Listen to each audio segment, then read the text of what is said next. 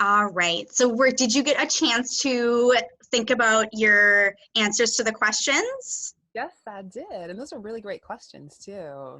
Thank you.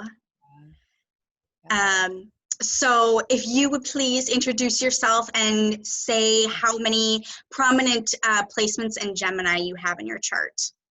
Okay. Hello, everyone. I am Ms. Chartreuse, and I have a Gemini sun. My birthday is May 27, and I also have Mercury in Gemini, right conjunct Chiron in Gemini, all in my 11th house. So it's just all Gemini, all mercurial everything, and very much in that 11th house world of that friendship and connection and all of that.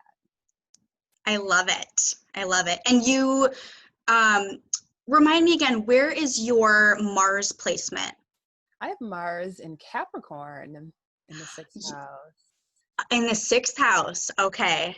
Okay. And is that near your moon?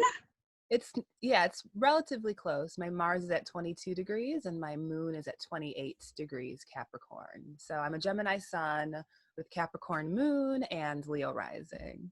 Yay! I Yeah. love it. Yeah. Okay, so the first question as a Gemini sun that I wanted to ask is, what ways do you identify most with being a Gemini sun? Or what's like your favorite thing about the sign?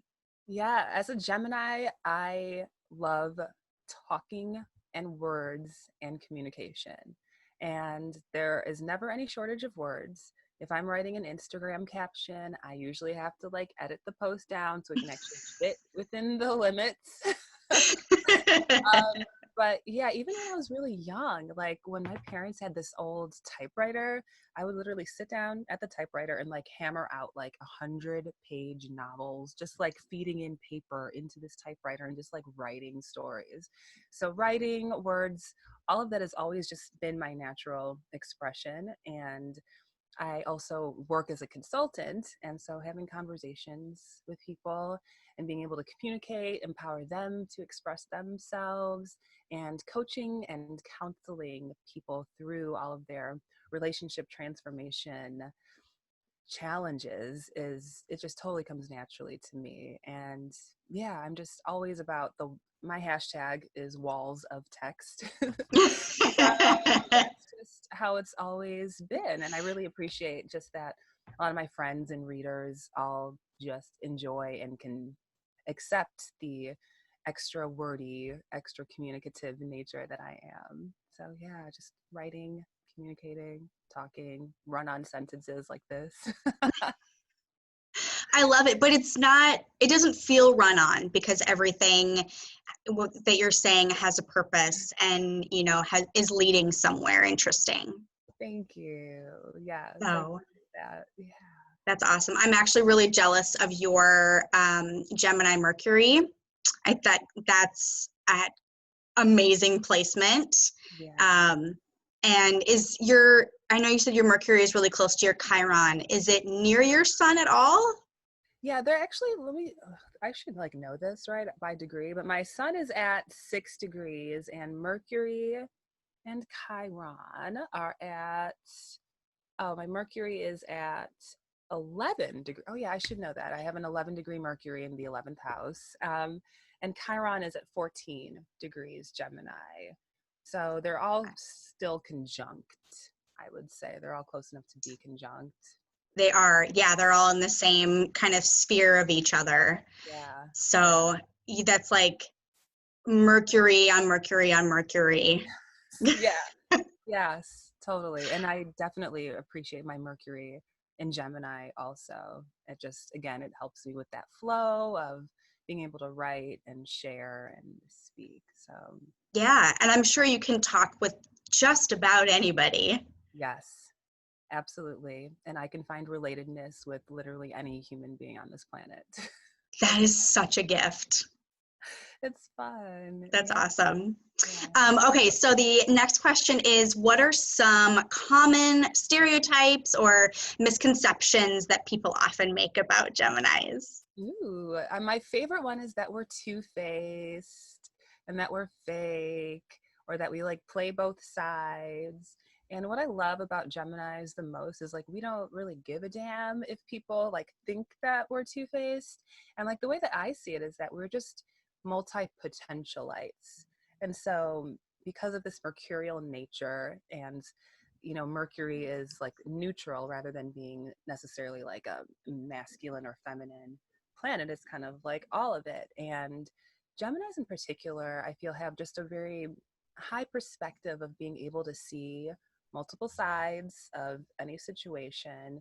We don't necessarily subscribe to this like either or paradigm that people tend to have, like it has to be this way or this is right or wrong. It's more like, okay, well, this is your view and this is your view and this might be your view, and it can all be valid and synchronized and synthesized, and it's all just about different points of view. So with Geminis being two-faced, or oh, this person might act like this way over here and acts this way over there, it's really more that we're just always becoming, and we're always evolving, and we're always able to sort of transform into what feels appropriate or aligned for the situation. And as a matter of fact, I feel like we're actually a lot more loyal than people would make us out to be. And I think it's because we make friends everywhere, we're really able to, find that point of connection with everyone.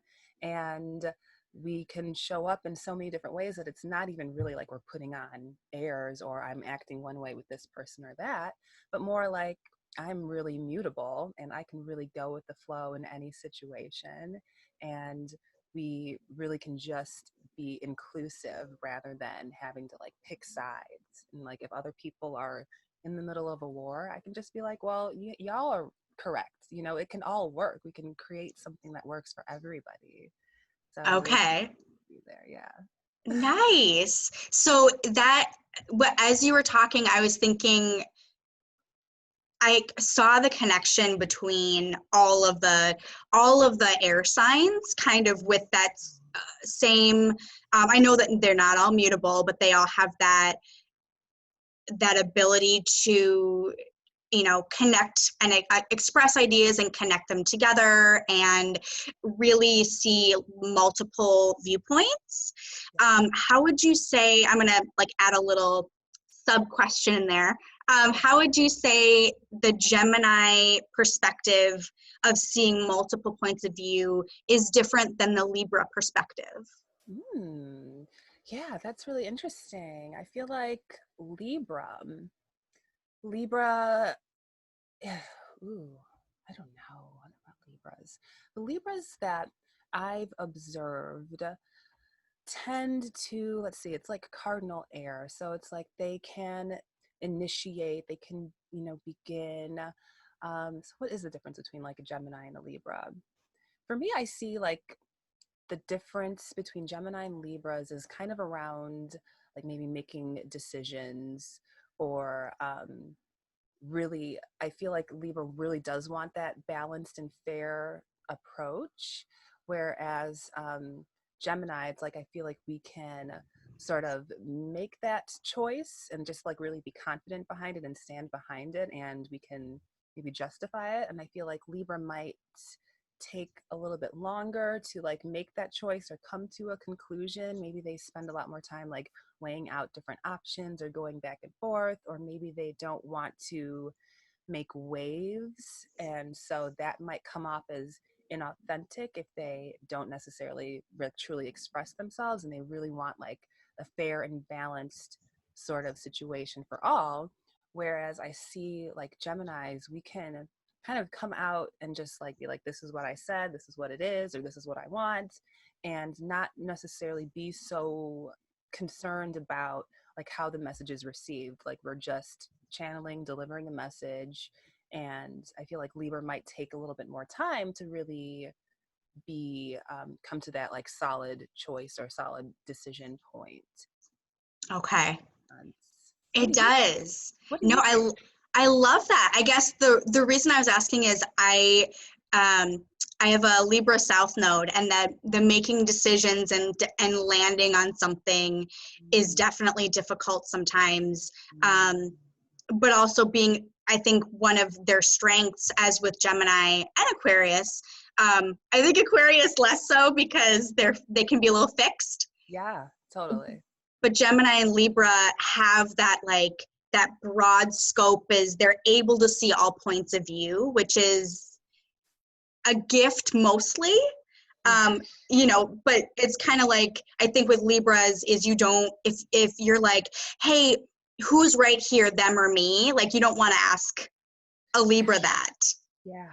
Yes. I totally got that. Yes. But Geminis, yeah, they really consider all points of view, but like you said, they're able to land and be like, well, I think this quicker.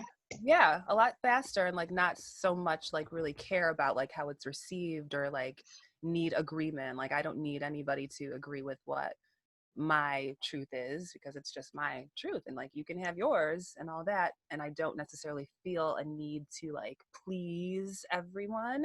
And somehow like that freedom is still just creates acceptance for everybody involved anyway. Yeah, that's really cool. So thank you.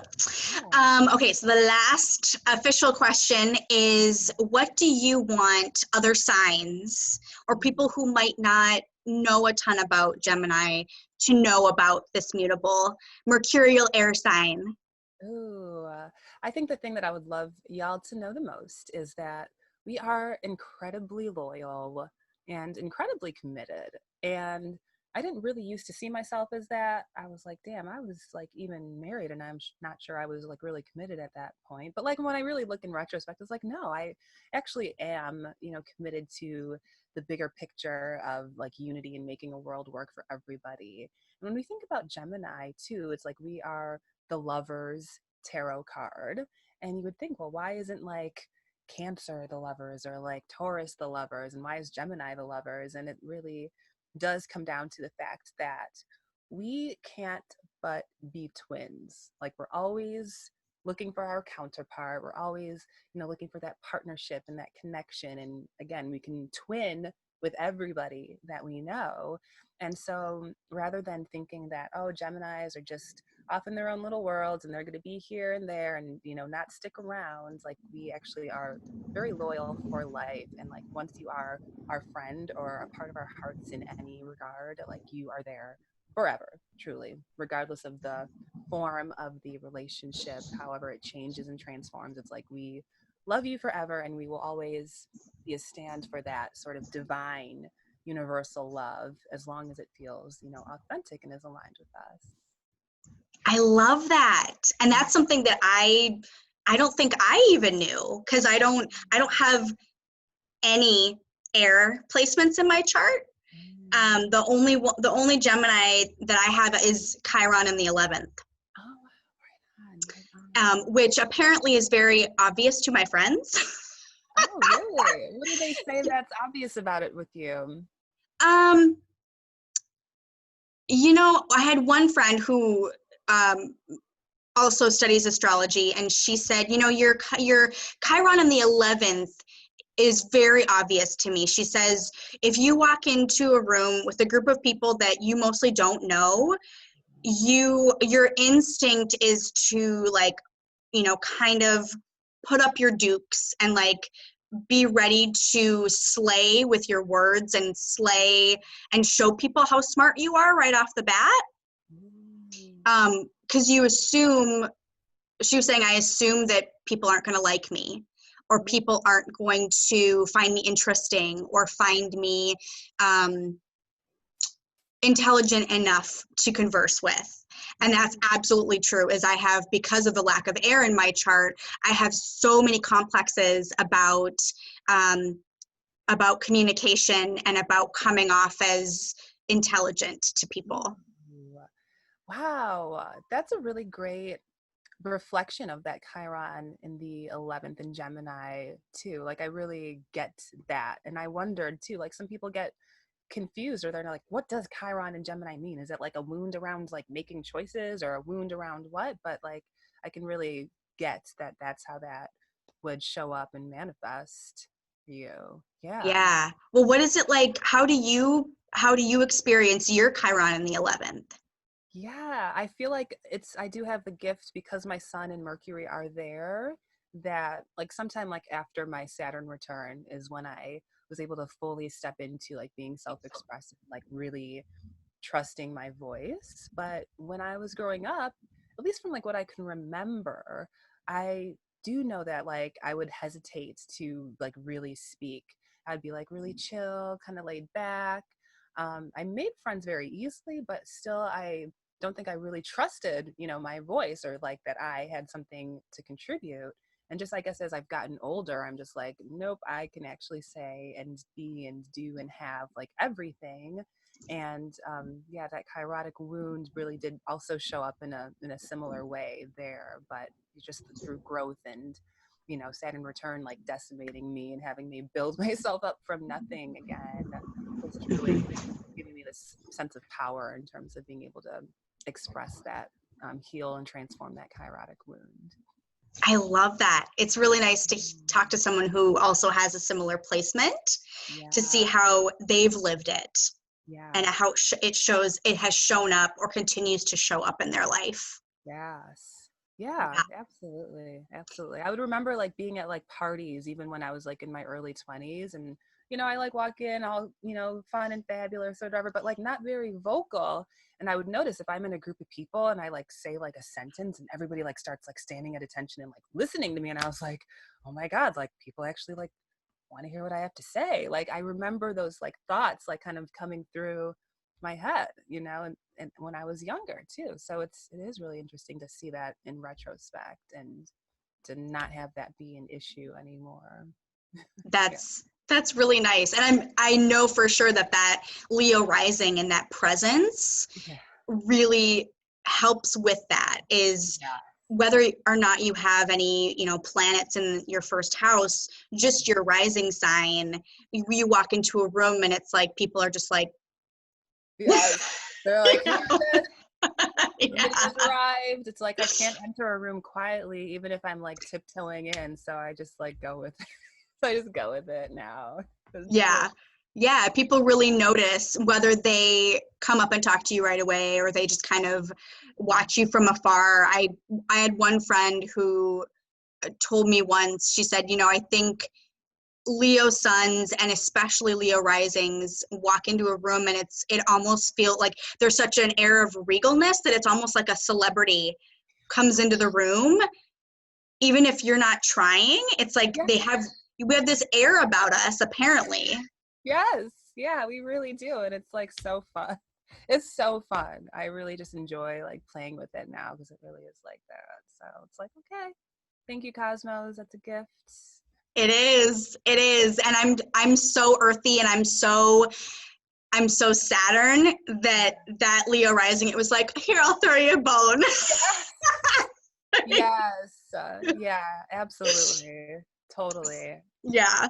Oh, I wanted to ask you too, just astrologer to astrologer. What house system do you find yourself resonating with and using most when you are doing readings for others? I do resonate with both Placidus and whole signs. And of course, like as a Gemini, I'm like, I don't care. We can use whatever one. But in my consultations, I usually use Placidus, if only for the extra nuance that we get with like intercepted houses and having houses of different sizes and all of that. And I also see the value in whole signs and just having all of the houses just be equal. I'll use like whole signs mostly for like solar return charts, and of course like doing perfections and all of that. But for general like consultations and readings, I'm usually looking at Placidus. So that's Okay. just preference. But as always, I'm just like, to each their own. It's all just different lenses, and everybody can use all of it. Yeah. It seems like there's validity to all the house systems. It just, whichever one tends to resonate with you at the time you're using it. Yeah. Do you have a preference or use one or the other? I, like you, I typically do work with Placidus, and Mm-hmm. that's how I learned. That was the house system where I got my first reading done. And so I just probably in the past year got introduced to the concept of whole sign, and some of my placements really change. Um, so like in Placidus, my Venus is in the fourth, Okay. and in whole sign, my Venus is in the fifth. Oh, okay, yeah. Okay. What sign is your Venus in? Is that Cancer? No, not. It's Sagittarius. Yeah, that's what's down there. Yeah. Oh, okay. So like how does it seem different for you? Like how do you interpret them and how does that show up? And do you feel like one or the other feels more or less aligned, or like how do you see it? They both, obviously, Venus in the fifth is in its joy. And so I am inclined to want to take that position. But Venus in the fourth, like I do love being home. Like I can go out for a little bit, and I actually, I love getting dressed up more than going out.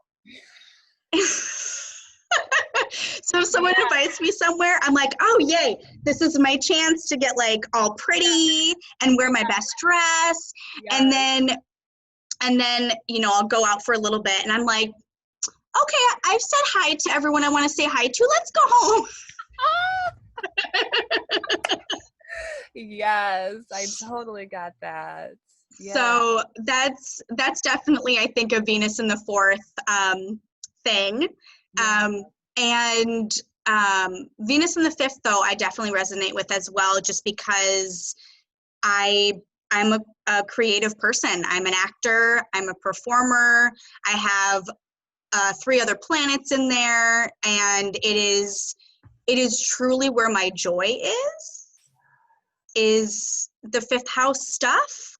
Um, and I have so much energy already in there that I have Saturn in the fifth, I have Uranus in the fifth, and I have Neptune in the fifth. And Yeah. so you shove Venus in there, which kind of sweetens Yeah. that trio a little bit, and I really like that. Yeah. Yeah. And that's like the beauty of it. I can totally see like both of those just being like a perfect reflection of your multidimensionality. And we can be like, it works in the fourth and in the fifth. Yeah. Yes, yeah, and you have Saturn in the fifth too, don't you? Yes. I have Saturn and Uranus and Sag in the fifth. In the Yep. fifth. Yeah. Okay. Well, Yeah. tell me how you experience, because again, I'm so curious. I know you have one child. Uh, Um, are you planning on having any more? well, I can totally see myself being a mom again. As my life continues to be aligned more with who I am. So, like, a lot of people will be like, oh, Saturn in the fifth, you might not have children, or it might be difficult for you to have children, or you'll have children later in life. And that wasn't the case at all. Like, I was married and we planned our daughter. Her name was 11, and the pregnancy was amazing. So smooth. Labor was crazy. It was like 24 hours straight of labor. So that, probably was there. But I saw my Saturn in the fifth show up more like after she was born, and I hit my Saturn return. And then I was like, I can't be in this marriage anymore.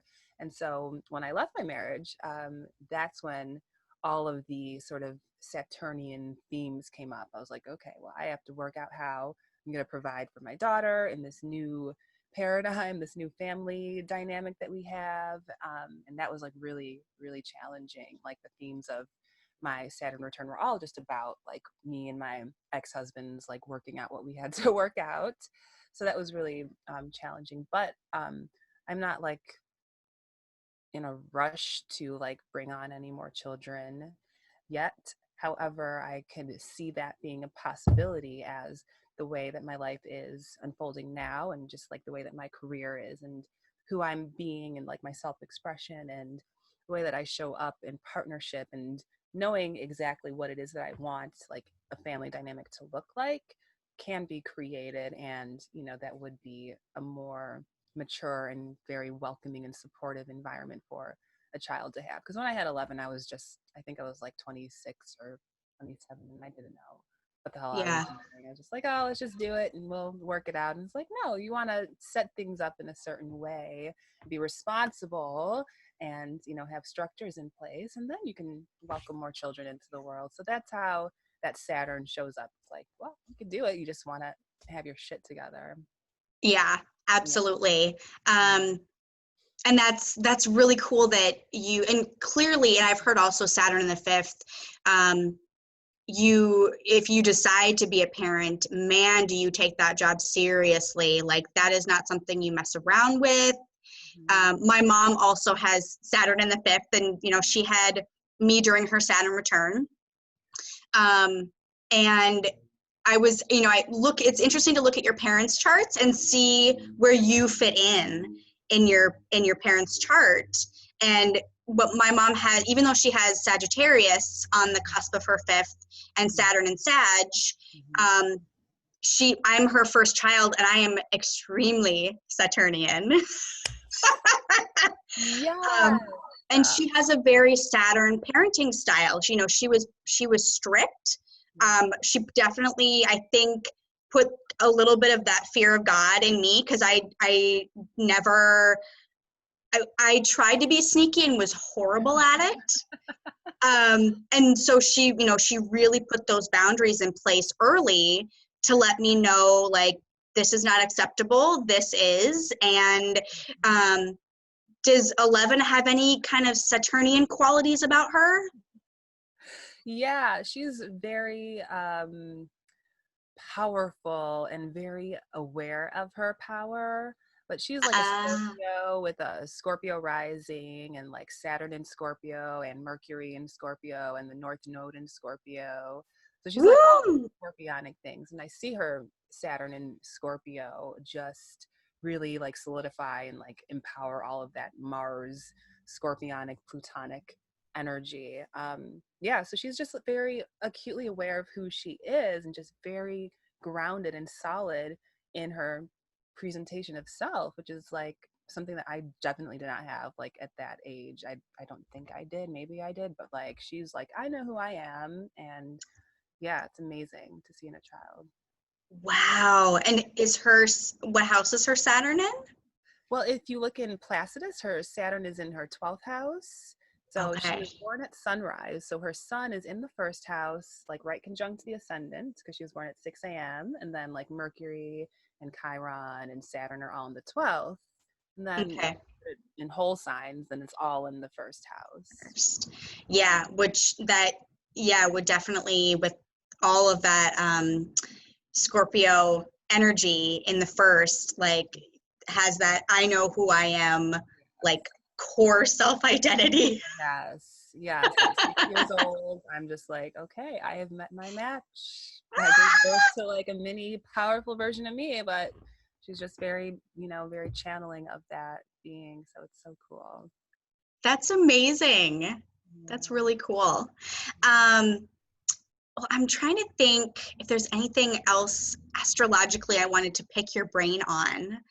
Mm. Um, tell us a little bit about how you use astrology in your life and your career. Like, tell us a little bit about your business and what how astrology plays a part in that. Great. That's a great question. Thanks. So, I am the head mistress of the Venus Academy. And through that, I guide seekers of healthy relationships to love through their birth charts, through music, through meditation, through money, through miracles, all of that thing. And like all of those themes like fall under the Venusian umbrella. So since I have a Cancer Venus in the 12th, I was not aware of my Venus at all. I remember in like 2016 was when I met Colin the first time, Colin of Queer Cosmos, my astro twin. And he asked me that year, he's like, what is tell me about this Venus in the 12th. And I was like, I don't know, but I'm probably not supposed to be married right now. That's all I know. And we like sat with it, and I like took it on for like a year. I was like, okay, let me take a look at this Venus. And so I had this breastfeeding goddesses photo shoot that was in a book with me and 11, and I was breastfeeding her and I was naked, and it was this amazing book, and this photo went like so viral around the world. It became a meme and people were sharing it everywhere. And I was like, oh, and Colin's like, that's your Venus in Cancer right there. Like, you are, you're literally standing in the water with your baby as a mother. And I was like, oh, okay, cool, right, that makes sense. And so as I decided to dig deeper into my Venus, it really showed me that like my life is about relatedness and have empowering others to be related with each other. So again, the Venus Academy mission is about healthy relationships, holy relationships, and everything that has to do with Venus. So my approach to astrology is always about healing relationships first and foremost. So sometimes my readings are a little bit more astrologically focused, but a lot of the times we're just talking about relationship dynamics, whether it's with your family members or colleagues or friends or your love of your life. I empower others to just really be the truth of who they are through astrology. And I enjoy using astrology as, again, like finding those points of connection and seeing how we all have everything in common. We're all like twins and mirrors of each other, and using it in terms of like storytelling and sharing of like my life and how it shows up in my life with the people in my world. And you might relate to this also as an Aries North Node twin like me, taking away, not taking away, taking the gold from the Libra South Node of being related and, you know, being really good at partnership, and then elevating that into like the Aries of, you know, being a leader, trailblazer, doing what hasn't been done before, creating new frontiers in how we experience and take on astrology, where it doesn't necessarily have to be like super technical or super deep or super complex, but more like, okay, well, how can we tell stories and share ourselves and share what's going on in the world through an astrological lens and still have it be easy to digest and still empower ourselves to just be love. That is beautiful. Thank Yeah. you for sharing. Yes, you're welcome. Thank you for asking. Well, I've kind of just wanted like personally to ask you about that for a while, because I've been following what you're doing and following your journey since I met you. Was that 2018? Yes, it was at Yeah. Yes, on my last day. It was like this kind of chance meeting with you and Colin, and I left and I was like, oh, I was supposed to meet them. Okay. Yeah, Okay. absolutely. Yeah. And then I obviously, we connected with social media. And so I really dug into what you both were doing. And Colin's to me, it was a lot more obvious what he was doing, and yours wasn't. And I think because it has that 12th house flavor to it.